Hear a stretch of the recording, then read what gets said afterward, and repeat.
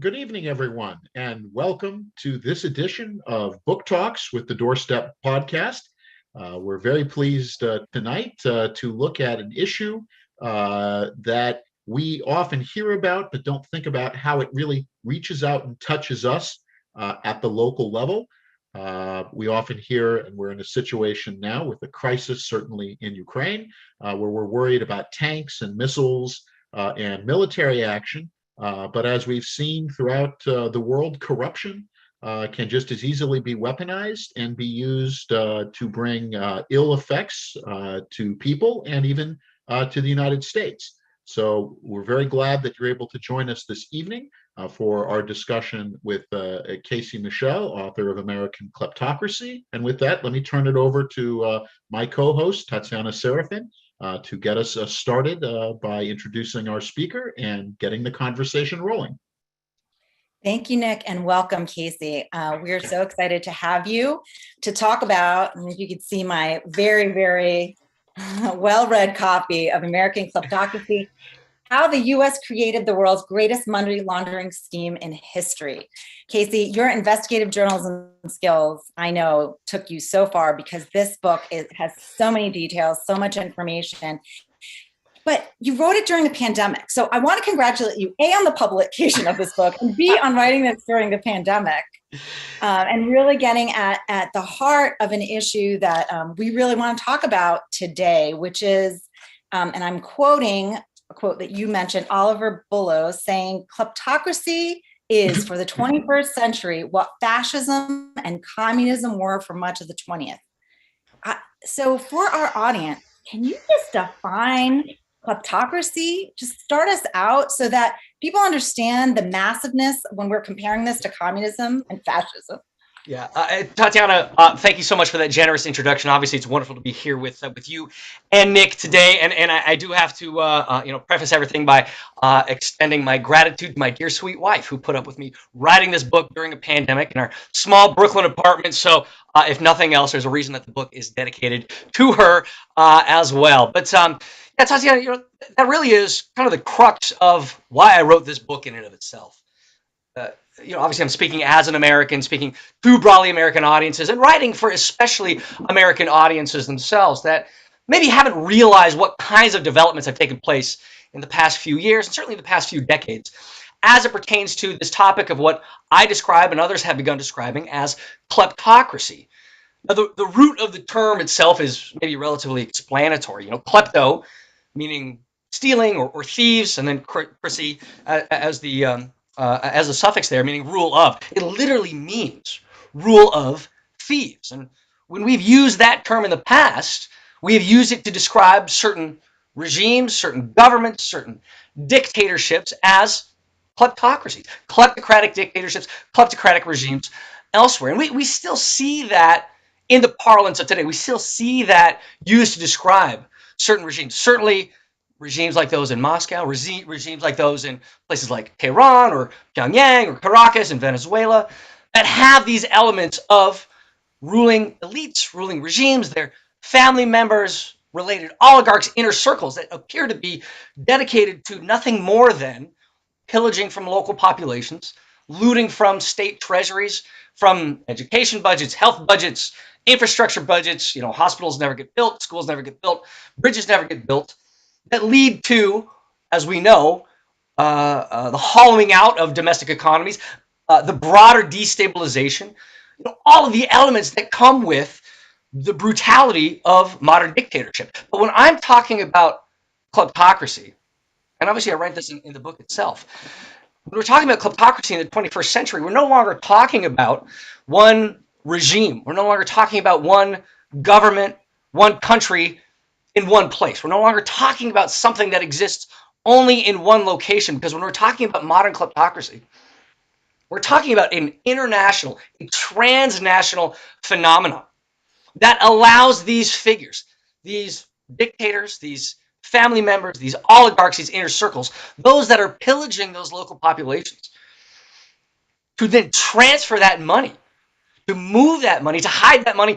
and launder that money elsewhere. So when we're talking about modern kleptocracy, we're talking about a transnational system of illicit financial networks, of subterranean and hidden financial networks that uses, most especially, a series of Western, and as I write in the book, especially American, financial secrecy vehicles, policy, tools, and then beyond that, American industries and American nationals that enable the movement of this money to transfer across borders, to hide in other jurisdictions, away from the prying eyes of local populations, journalists, tax authorities, anybody who might want to be able to track that money. You know, those funds are then transformed. They're not just hidden, they are transformed.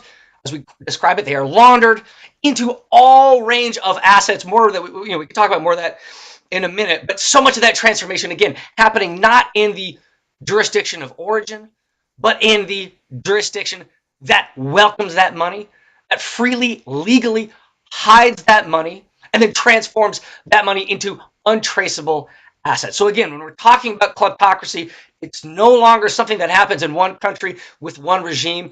It is now an international system, a transnational system that incentivizes and entrenches and protects all of this money, all of this, as we estimate, trillions of dollars. Because again, when we're talking about the global offshore system, we're now talking about something that's 15 or 20 or maybe even 25 trillion dollars. Something that is, according to the best estimates, comparable to the GDP of China, right? This is an offshore, this is an invisible superpower that is cycling the globe, using and utilizing, again, these systems of financial secrecy to move, hide, and launder all of this money, and to do so freely and legally in Western jurisdictions, and especially right here in the United States. I love that you mentioned the United States, because for our audience, and think of your questions, audience, we'll be taking them in the second half, but I'm going to get at this because I think this was probably most shocking. It's been reported in the press over the last few years to not much attention. Pandora Papers, Panama Papers, FinCEN files, maybe sounded as if they were just acronyms for some nice stuff going on. I want to go to Panama, Pandora. Panama's beautiful. That's a music system.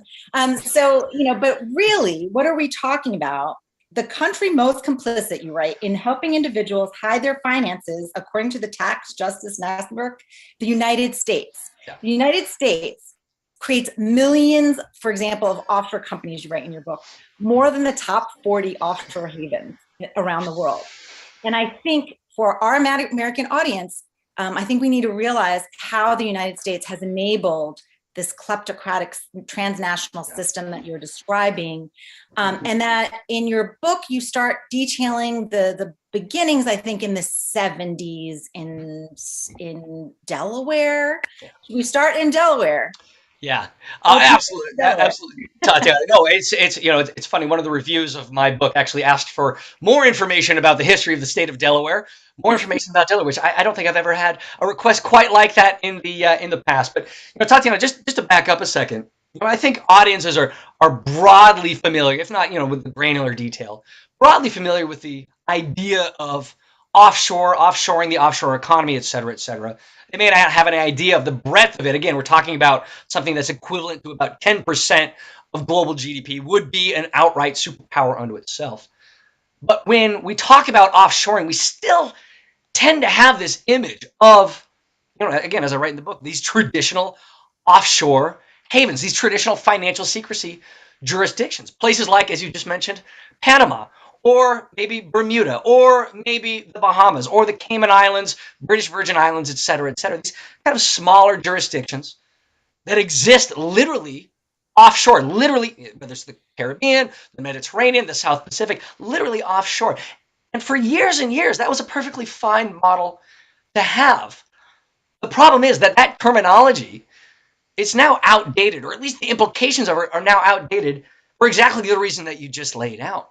Because the United States of America, if for no other reason, the simple scale of size, to say nothing of the specific policies, industries, and then beyond that, American, as we call them, enablers profiting from this, It's simply so much bigger than any of the Panamas or the Caymans or the BVIs or the Bermudas of the past. I do want to couch this by saying, and again, I'm speaking as an American, I'm writing as an American journalist about the United States of America for especially American audiences that maybe don't realize this transformation has taken place.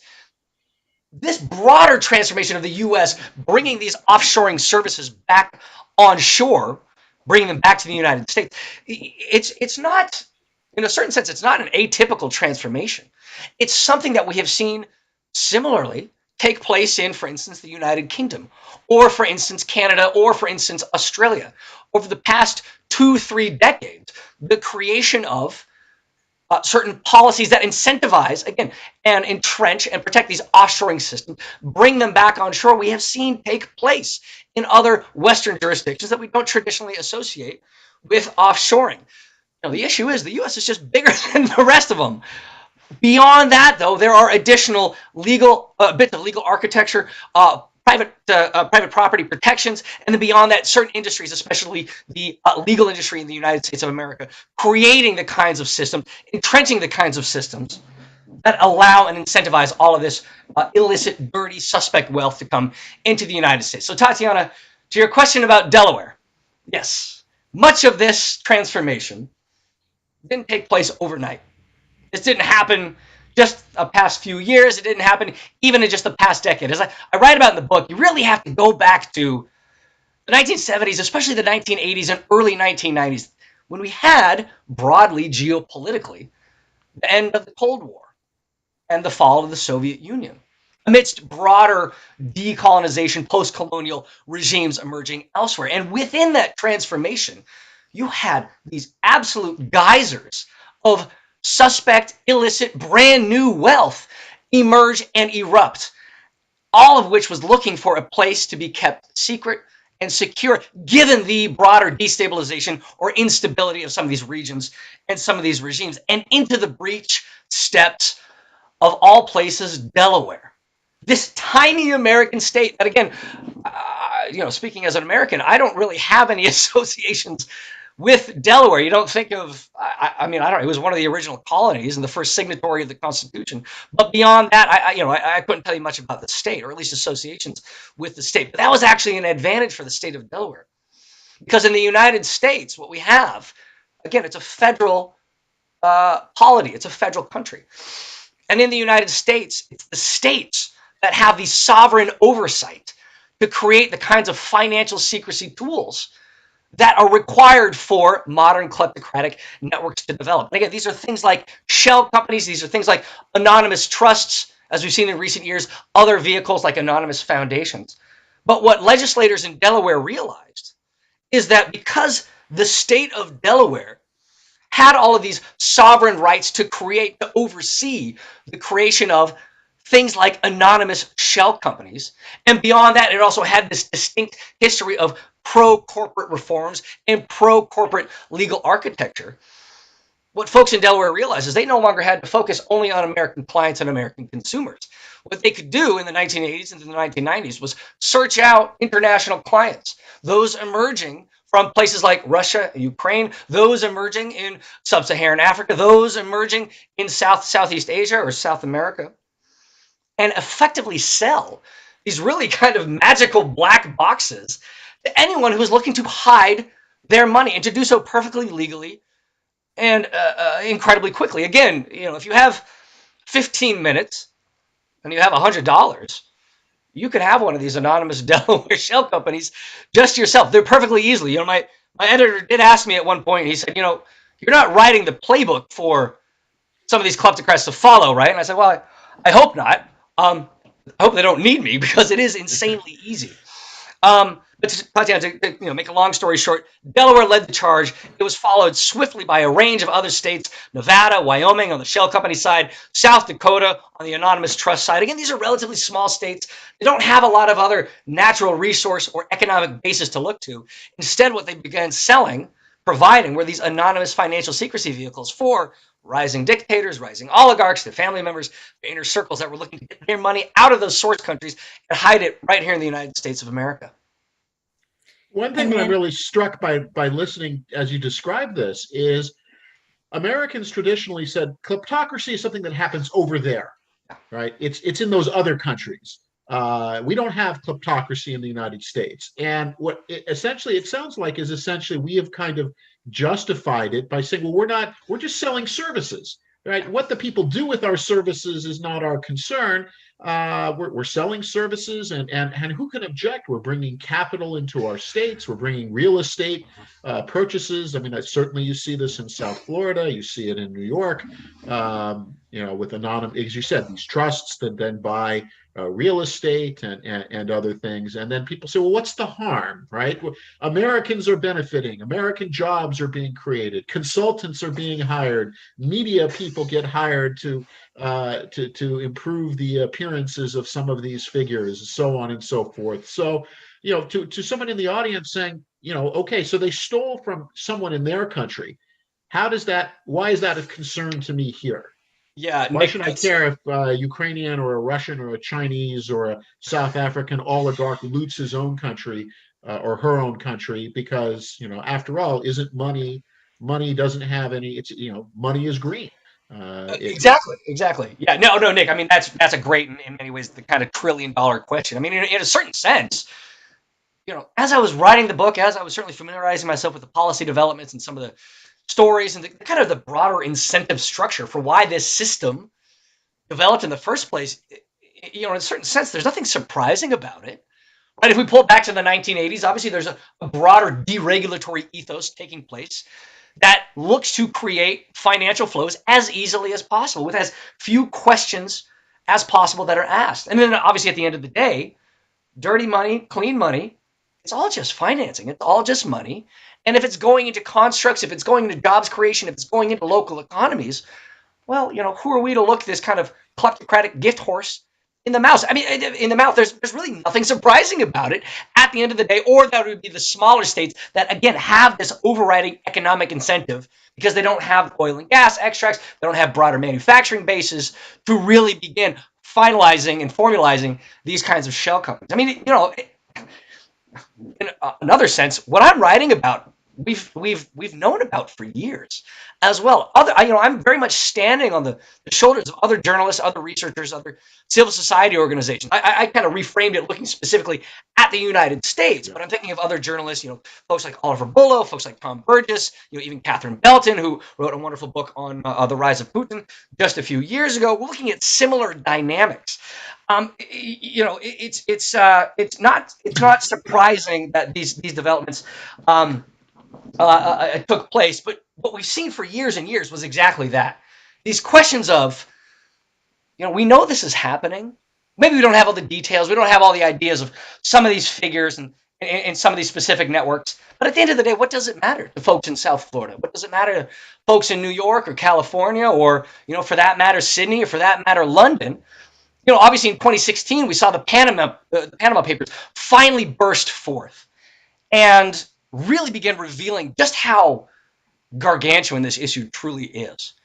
And some of the political figures and regimes that were connected to this, whether it's Putin in Moscow, whether it's the regime in Azerbaijan, those in Kazakhstan, those in Venezuela, those in countries like Equatorial Guinea, we finally beginning to have an idea of how these webs developed and where that money had been going. But even after that, certainly in the United States, there was kind of a shrug. Again, we know that these networks are developing. We know that this is happening. But what does it matter to the folks on the street? And it really wasn't until just last year when we had the Pandora Papers come out. And again, this is another release of significant details of these offshoring networks. But that finally drove home. And Tatiana, maybe this is where we can begin talking about how this really affects those in Main Street America. How it really revealed how the United States especially had made this transformation. And this was things like American lawyers setting up these shell companies, crafting pro-offshoring policies, how they were able to work with any clients that they want, move their money, hide their money, launder their money, really revealed some of the American services. And then beyond that, some of the American destinations and jurisdictions. Because right around the same time, there was a series of investigations that were coming out into a specific Ukrainian oligarch, a gentleman named Igor Kolomoisky, who I write about in the book. Obviously, the book has far more details than right now. But what we know about that specific network, again, this is all just last year. This is all relatively recently. What we know about that network is that Kolomoisky, again, this Ukrainian oligarch, kind of this traditional typology. He's originally in steel and gas. He ended up running the country's biggest retail bank, and then beyond that, allegedly overseeing the country's biggest Ponzi scheme, $5.5 billion. What he ended up doing with it was moving that money not into Manhattan high rises or the South Florida real estate landscape, or places in Southern California. He ended up going, of all places, to Cleveland, Ohio. He ended up plowing hundreds and hundreds of millions of dollars, unaccounted for money, anonymous money, into small towns, steel towns, factory towns, manufacturing plants across the American Midwest, across the Rust Belt, across the American heartland. So again, to get back to your question, Nick, what does it matter to the folks on the ground? Well, what we have now begun seeing is that small town America, Main Street America, is now a target for all of this illicit wealth pouring in. But beyond that, it's not just that the money is coming in. What we now know from this one network, the Kolomoisky network, and again, there's only one network among many, many, many more that we have no idea about. What ended up happening is that that money didn't come in for investment. It didn't come in for job creation. Instead, it was part of this broader money laundering carousel, where the money would come in on paper, but it would go out just as easily. No jobs are created. No revitalization comes. There is no investment. And what ended up happening is that those assets, those commercial real estate buildings, those steel plants, those manufacturing plants, ended up beginning to crumble, ended up sagging into effective oblivion. These are the economic crown jewels of so many different American regions, the steel plants, manufacturing plants, whose best days were behind them. They thought they were getting all this brand new revitalization coming in. It never happened. And now what we have seen since is jobs that have been lost, physical damage, not just to the plants themselves, but to the American steel workers and factory workers on the ground. That these economic crown jewels that just needed a little bit of reinvestment have effectively imploded. Those jobs are not coming back. Those facilities are not coming back. Again, this is blue-collar, small-town America. It's no longer just the major metropoles that have seen some of this money come in.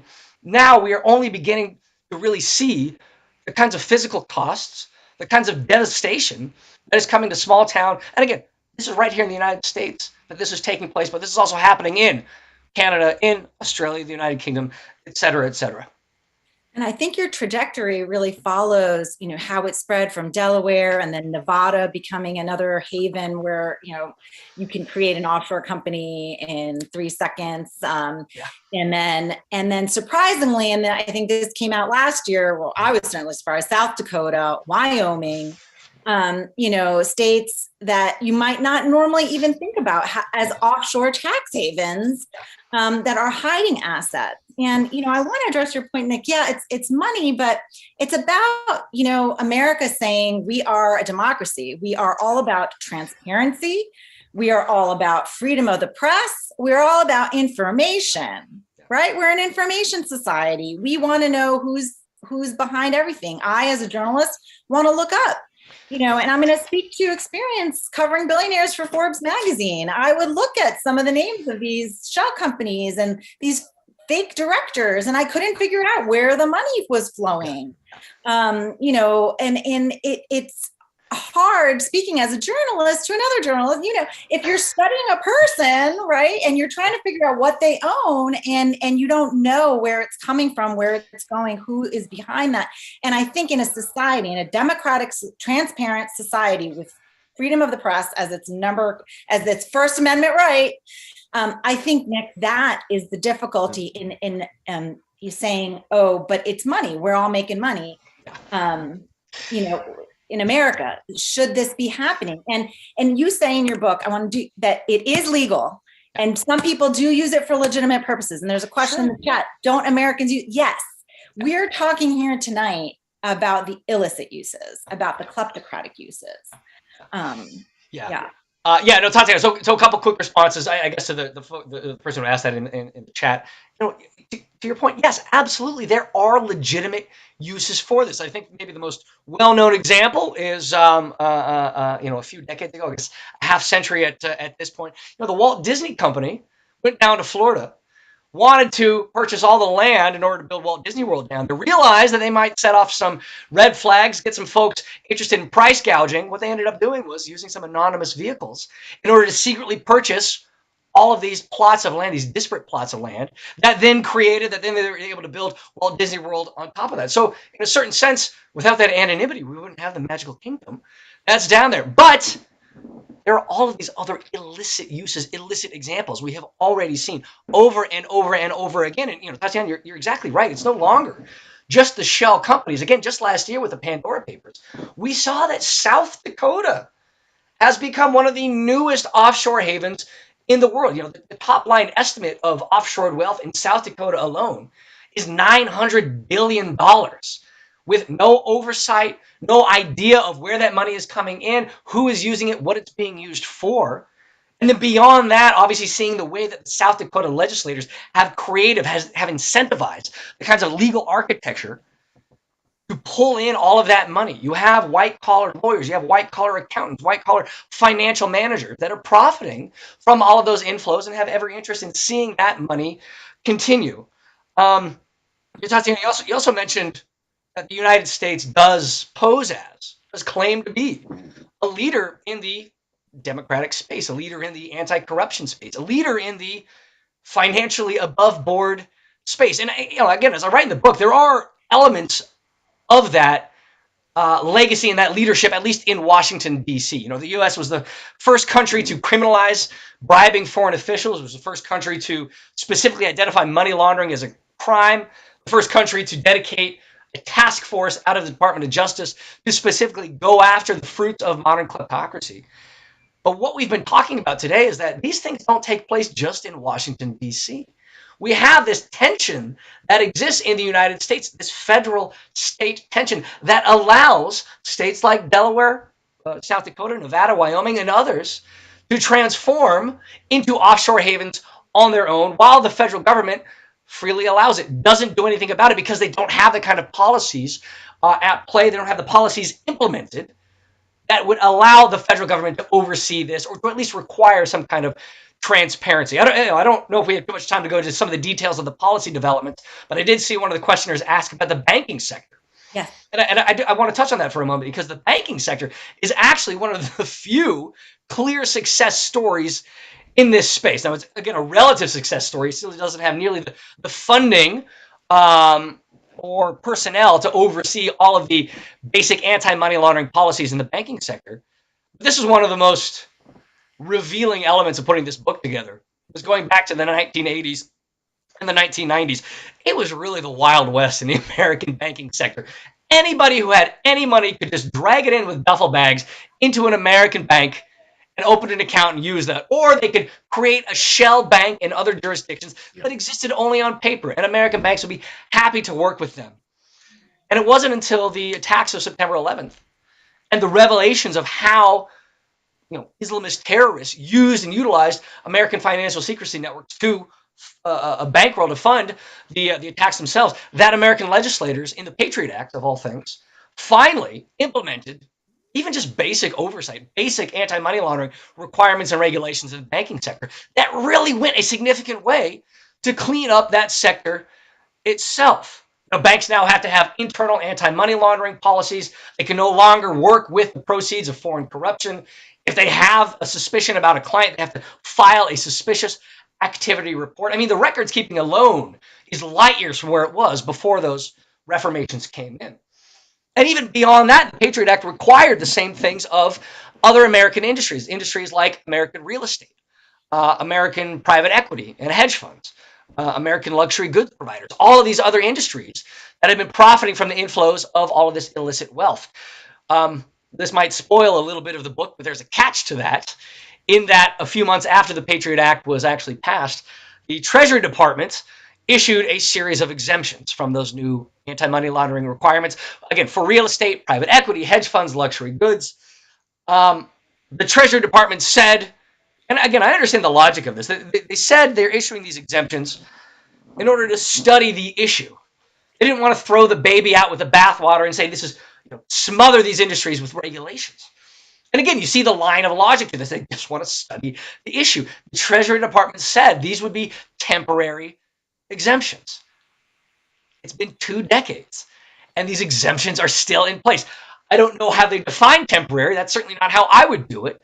But it's no surprise that after these new regulations were implemented in the American banking sector, it just so happened that American real estate, American private equity, hedge funds, luxury goods, the art market, auction houses, all these range of other industries suddenly began ballooning as sources of free, legal, easy hiding and laundering of all of this illicit wealth racing into the United States of America. To say nothing of, again, the continued allowance, the free allowance of forming these anonymous financial secrecy vehicles in American states, Delaware, Nevada, Wyoming, et cetera, that continued for years and years and years. And only in the last really 12, 15 months have things begun to change right here in the United States.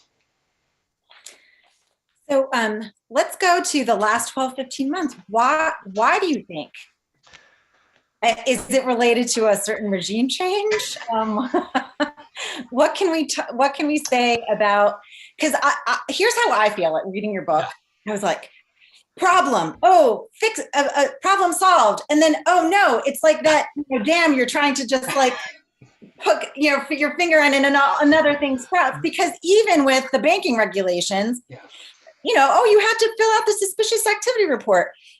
But you can fill it out and then continue working with that client. You feel good about yourself. I filled it out, but there's no enforcement. And so regulation without enforcement is meaningless. And so, has the enforcement aspect of all of this changed in the last 12 to 15 months, or are we still just talking? So the short answer is that the enforcement issue, insofar as we've seen increased funding, increased oversight, and really the expansion of the kind of regulatory bodies that are required to combat these illicit financial networks and broader transnational money laundering. We haven't seen nearly the expansion that is required. We haven't seen nearly the funding, the personnel uptick, and implementation that is required. So the short answer to that, to the end of your question there, Tatiana, is no. Unfortunately, we haven't seen that yet. But I want to caveat that by pulling back a second and saying, really, the last 12, 15 months have been absolutely unprecedented, at least over the last 2 decades, 25 years or so, in the United States of America, as it pertains to at least realizing the threat of the issue, the magnitude of the issue, and then beyond that, the kinds of policies that will be required to combat this. I do want to just drop in, Tatiana, that you're exactly right. It does seem like it's 2 steps forward, 1 step back, 1 step to the side, and then maybe 3 steps forward, 4 steps back. It's been this very herky-jerky, movement forward over the last 2-3 decades. The best analogy I've heard is that dirty money is like a balloon, or it's like the gas in a balloon. You push on one side, it's just going to move to the other, and if you're not pushing on both, you're never going to be able to actually end up popping the balloon itself. I'm sure I could take up the last 30 minutes by talking about what we've seen in just the past year alone. The short answer, again, to your question, Tatiana, is that yes, much of this lays at the feet of the previous president, who we had as the previous president, obviously President Trump himself, the relationship of President Trump, especially to, and again, the book details this, one of the key industries profiting from the inflows of illicit wealth, that being American real estate, especially luxury real estate, and the kinds of figures, the kinds of forces, regimes, political actors that took clear advantage of the ability to pour all manner of unchecked, untraceable, anonymous wealth into, in this case, Trump properties that had effects on American policy that we will be continuing to learn about for years and years to come. And that's in addition to everything else that we've seen pertaining to national security concerns, things like broader Russian interference efforts, obviously in 2016, the usage and utility of these offshoring networks, these financial secrecy networks, to specifically target broader underpinnings of American democracy. Again, there have been all of these relative disparate elements that really began building, especially in the United States, over the past 3, 4, 5 years, that once we had a new administration in place, we had the kind of audience in the White House, in the administration, began implementing the kinds of playbooks that have been pushed for years and years. So just over the past year alone, since January of 2021, the very first day of January 2021, the United States of America finally, for the very first time in history, passed a bill, passed legislation that will ban the formation of anonymous shell companies in the United States.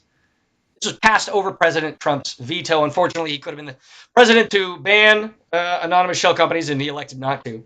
But again, when we're talking about American shell companies, this is the bedrock of American financial secrecy and, as I write about, American kleptocracy. And finally, Congress passed legislation to ban that. Now, we'll see what the actual language of that is. They're still working at the details. They're still working at the kinks. Any kinds, obviously, we're going to be looking for especially exemptions in this space, whether it pertains to the number of employees, whether it pertains to how easily these companies are set up, who's actually going to be monitoring this, who's going to be checking, because, again, we know, Tatiana, as you mentioned, we have issues of enforcement. But that simple fact alone, that finally Congress took the very basic step of banning anonymous shell companies, was huge. That was followed, obviously, by the Biden administration coming in. A few months later, the Biden administration elevated corruption, especially international corruption, transnational corruption, to a national security threat, formally elevating it, formally placing it on par with things like nuclear weapons and terrorism. Fast forward a few months after that, the Biden administration, actually it was just a few months ago, revealed, or I should say published for the very first time, the United States of America's very first anti-corruption strategy. Now, this didn't get a lot of play, right? I mean, the news is dominated by so many other things, not least of which is COVID and the economy. But this was really a watershed document that I do want to pause on for a moment, because this is a 38-page document that even took those of us working in the broader kind of anti-corruption space, counter-kleptocracy space, really by surprise by how full-throated and detailed it was. It didn't hesitate to call out American industries. It didn't hesitate to call out the United States of America itself as one of, if not the key actors, allowing and incentivizing and encouraging modern international corruption. It didn't hesitate to specifically identify American industries, real estate, art and auction houses, private equity, luxury goods. I have one of these quotes here from the report itself. This is the White House talking about specific American industries, specific American professionals who are, quote, often sought by criminal organizations to facilitate their illicit activities. I mean, this is casting quite the aspersions on a whole range of American enabling professionals. Again, these are the real estate agents, lawyers, accountants, escrow agents, private equity managers, et cetera, et cetera. I mean, you had Treasury Secretary Janet Yellen come out and say that there's a good argument, quote, that the United States is now the best place to hide and launder ill-gotten gains. I mean, it's really remarkable. And I know one of the commenters just mentioned this is all taking place under a president who's from the state of Delaware. But I don't want to defend any of his record, any of President Biden's record as it pertains to his 36 years in the Senate. We still have all kinds of questions about his role in entrenching Delaware's positioning in this. But the fact that it's the president from Delaware who's doing this, the analogy was that it was President Nixon going to China. It took a specific kind of figure in order to bridge that gap and begin implementing those kinds of policies themselves. So to make a long story short, again, these are the kinds of developments we've seen just in the last 12 months. We have all kinds of questions about enforcement, about funding, and about follow through, and then beyond that, exemptions, because we know how the story went 20 years ago. But the fact that we're now here, anonymous shell companies are banned, the president's elevating national corruption to a national security threat, and then specifically identifying the kinds of policies, loopholes, and industries that are required to change moving forward is a really remarkable thing, and it's been a remarkable run just in the last year alone. I think we're seeing some comments in the chat. And I encourage those of you on the call to please do put your questions in the chat. I am monitoring it, as is Casey and Nick, and we're trying to respond. I think we have one here. You started to talk about what can we do, and so we have a question here from Alexander Zavalov. What provisions do you think the other governments, maybe in cooperation with U.S., maybe can reduce kleptocracy? I mean, is there anything that can be done on a transnational level? I'm extending your question, Alexander. I would, one I suppose comment comes to mind is that in conversations with American officials, in conversations with American policymakers, one thing that foreign or non-American counterparts would I would recommend moving forward, not that this hasn't happened already, and certainly I've had plenty of conversations with foreign nationals where they said this is taking place, is simply reminding American officials, American policymakers, that the United States of America has been creating and incentivizing and allowing the inflow of so much illicit wealth. Because again, speaking as an American, speaking for American audiences, writing a book about the United States, still so many Americans have no idea that this transformation has taken place, that things like American real estate, American private equity,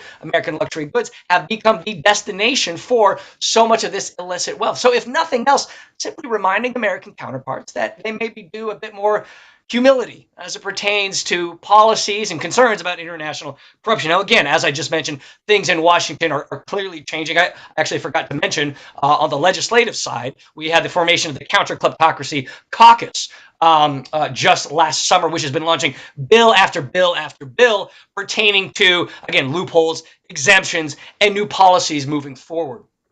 In the United States of America, and remarkably doing so on a bipartisan basis. I'm not going to say the anti-money laundering space is the last bastion of bipartisanship in the United States, but it certainly feels that way from time to time. And I suppose, well, certainly the longer that can remain the case, certainly the better for it. We need all the help we can get in this space. But I would say one thing to look forward to on the foreign counterpart side is, don't be surprised if in the not too distant future, American policymakers, American investigators, and American authorities are increasingly interested in tracking and tracing the sources of and the networks behind foreign corruption. Because again, what we've seen out of Washington is this momentous and magnitude different interest in combating, countering, and unearthing transnational financial networks, transnational corrupt networks, these kinds of kleptocratic networks we've seen develop over the past few years. I mean, again, just to, I suppose, repeat myself from the comment a moment ago, it really has been a tidal change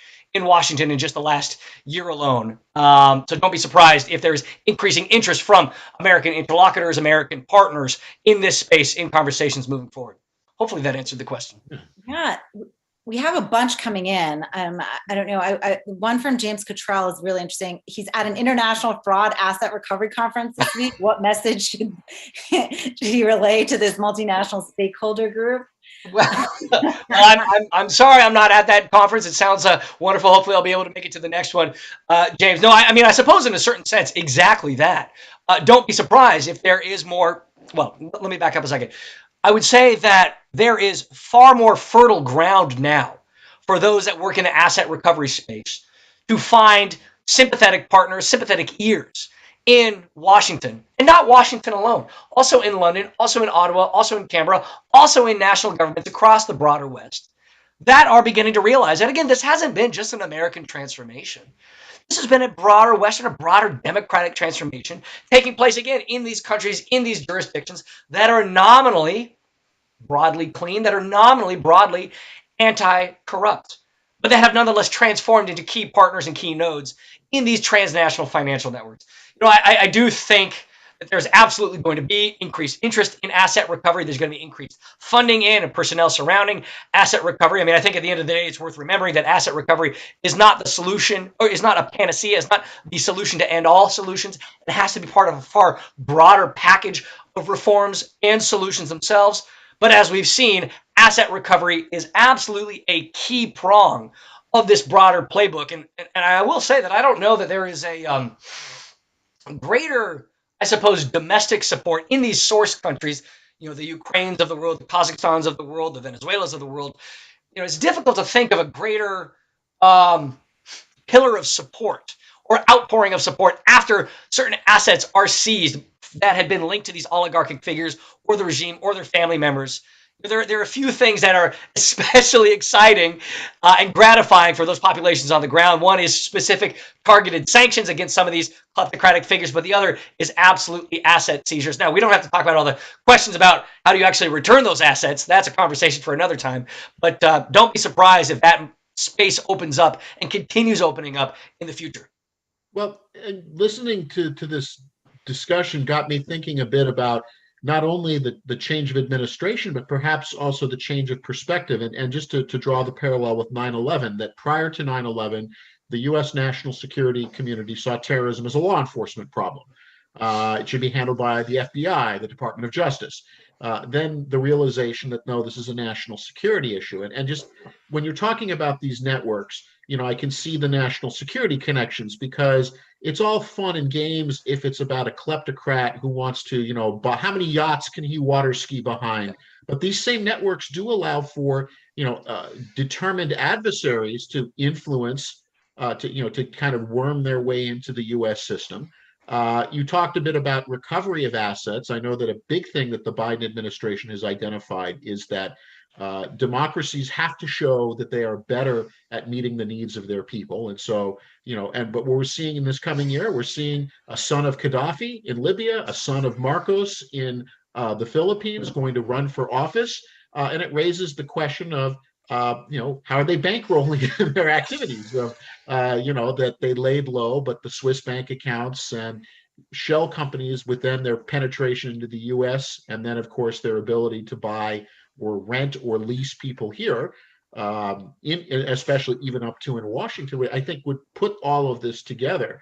I mean, is this something, do you think that this, you mentioned that for the first time, the Biden administration raised this to the level of a national security threat. Do you think that's the way that this is, when you get someone saying, we don't want to pass these laws in South Dakota because, we benefit, but saying it's a national security threat, do you think that will change the conversation?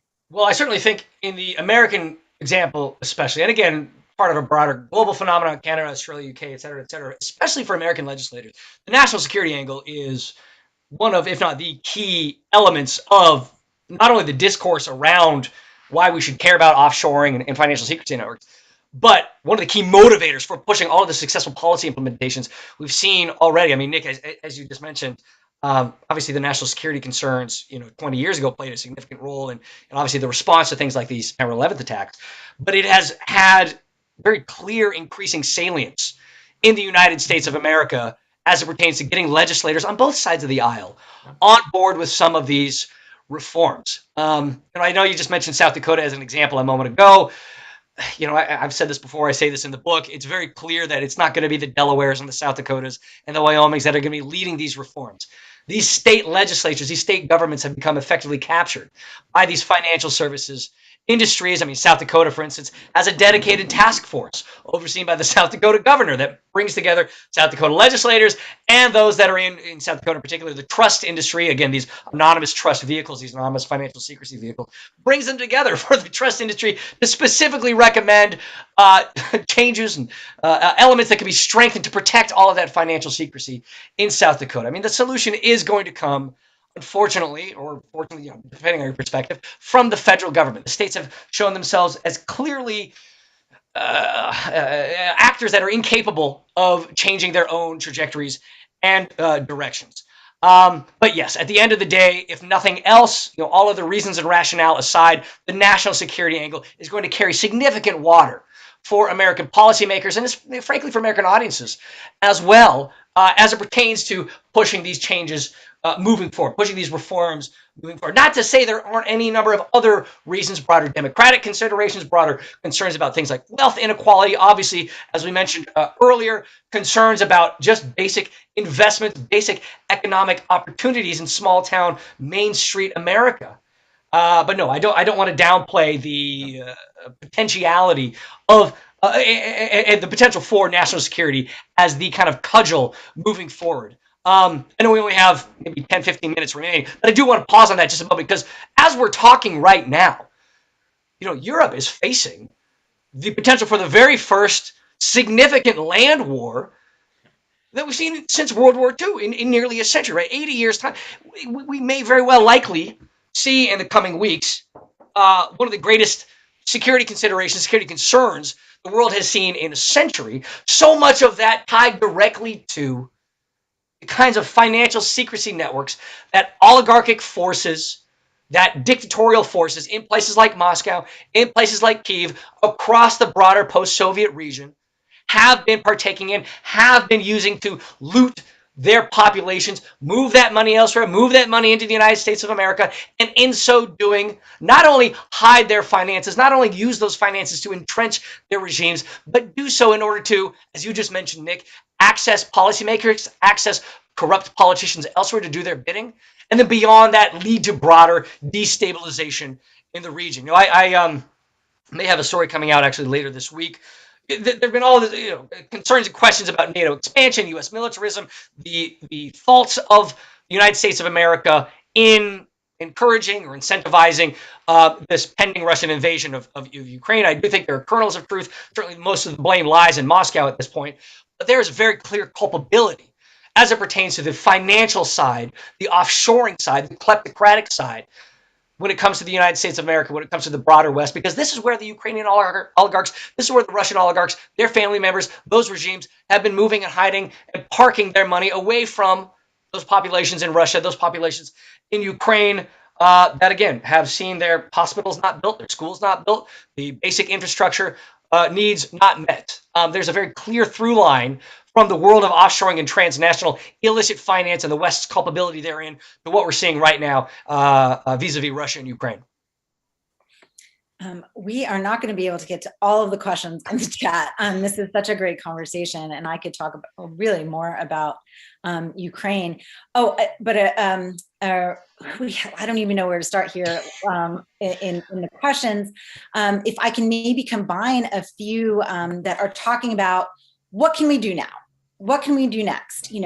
Have regulators been overwhelmed by just the volume of things happening? We have questions coming in. Is it just too overwhelming? We know it's happening. We know this is happening. Now we get it. We know this is happening. But can we even deal with it? And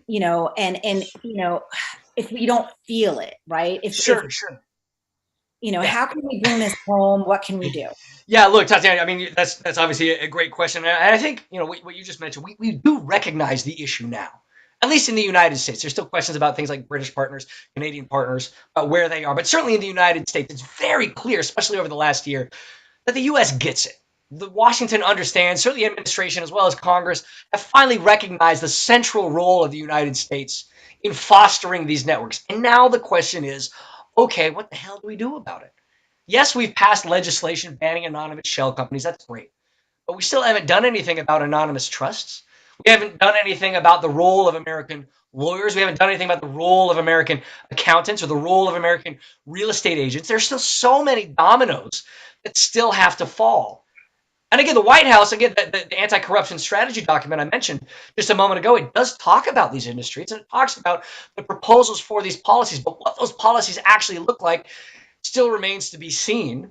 And then beyond that, what we do know from the example of the banking sector is, even though it can and should be considered a broad success story, when it comes to actually financing, when it comes to actually beefing up and staffing up the personnel to oversee this, we're still not there, even 20 years after that legislation. So what's that going to require? What's that going to actually entail? It's going to obviously require the United States of America parallel efforts out of the executive branch and out of the legislative branch. It's going to require increased prosecutions of, increased enforcement of these industries, these policies, the ending of all of these loopholes that we have already detailed today. I mean, it's kind of a broad answer to your question, Tatiana. We do know what the playbook entails. It is the end of these forms of anonymity. It's the end of this ease of allowance of inflows of all manner of illicit suspect wealth, no questions asked, with all of these American industries profiting thereafter. We have to end those systems, end those loopholes. And we now have a government that recognizes that, but we still have not begun implementing it. We know what we need to do. We're very close to the finish line, but we need to get those policies implemented, and then beyond that, we actually have to have the follow-through.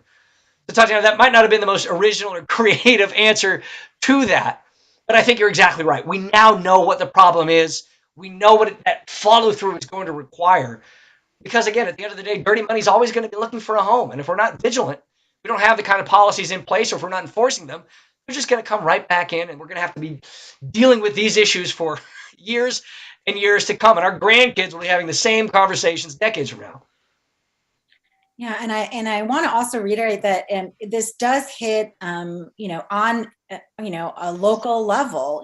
We mentioned in our talk today, and you have other examples in the book, Cleveland, and the Motorola plant, purchased and left to rot, basically. And in some cases where there was no money invested in safety equipment, workers were actually hurt. These are American workers, union members, and because there was no trace back to who actually owned the property, nobody was held responsible and accountable. And I think that, in addition to this regulation and oversight, it's this accountability, so not just, asset recovery, but also trying to, hold the Kolomoiskis of the world accountable for the damage they've done at the local level. I think has to be part of the solution.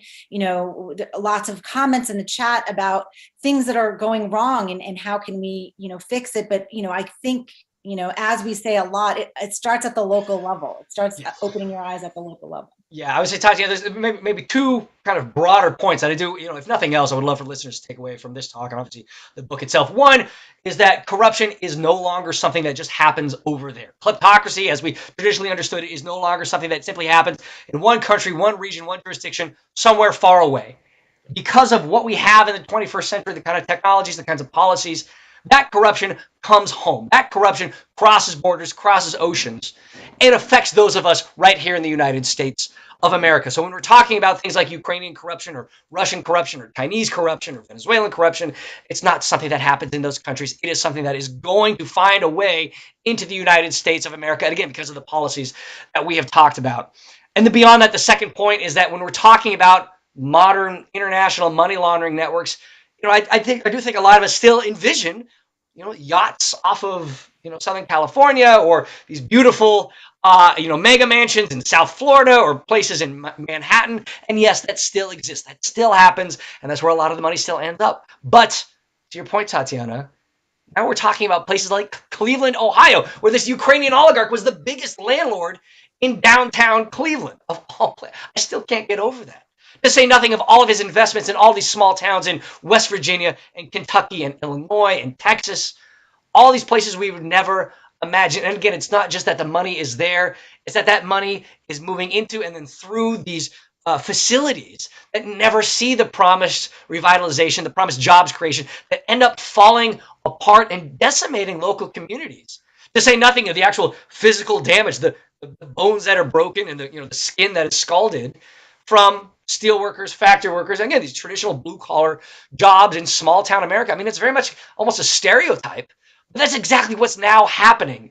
It's not just this isolated pocket, this jurisdiction, this corruption that happens over there, or if it comes to the U.S., it's now in New York or Florida or California. It's across the country because, again, that's how the incentive structure exists. There's no reason for these oligarchs, for these regimes, these dictators, these kleptocrats, arms traffickers, narco traffickers, etc. There's no reason for them to go anywhere else. So I've seen, and we can't get to all in the chat, speaking about narco traffickers, questions about that, questions from Venezuela, cryptocurrency. We will save all your questions and maybe be able to answer them on our Twitter handle, Doorstep Podcast. One of the last ones, maybe if you take maybe 60 seconds to answer, the idea that the money is also flowing into Congress. You mentioned in the book the Furtush model. We don't have time to talk about it, but it's this idea that money does flow to lobbyists who then lobby for specific things. So we are there. It's a long 60 seconds. Yeah, no, this might be a subject for another book, a follow-up book. Yeah, I know we don't have, I don't need to explain concerns about financial secrecy and anonymous donations to legislators, both at the federal as well as the state level, and all the kinds of allowances and policies therein. Look, there's no reason to think that this illicit, foreign-generated, oligarchic-generated wealth isn't also flowing to legislators, to political parties, to other American bodies, whether in Washington or across states. I mean, this is, in many ways, unfortunately, kind of the tip of the iceberg. I know I wanted to end on a hopeful note, Tatiana. I don't know if I'll be able to shoehorn that in. There is reason for hope, but this is a massive issue that we are only just beginning to deal with in the United States. And yes, absolutely, financing of officials in the United States is absolutely a concern moving forward.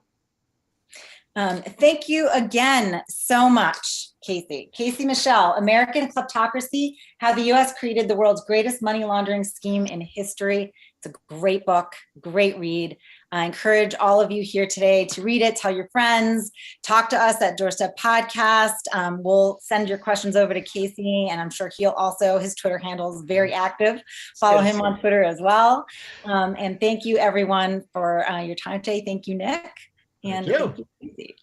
All right. Thanks, Nick. Thanks, Tatiana. Thanks, everyone.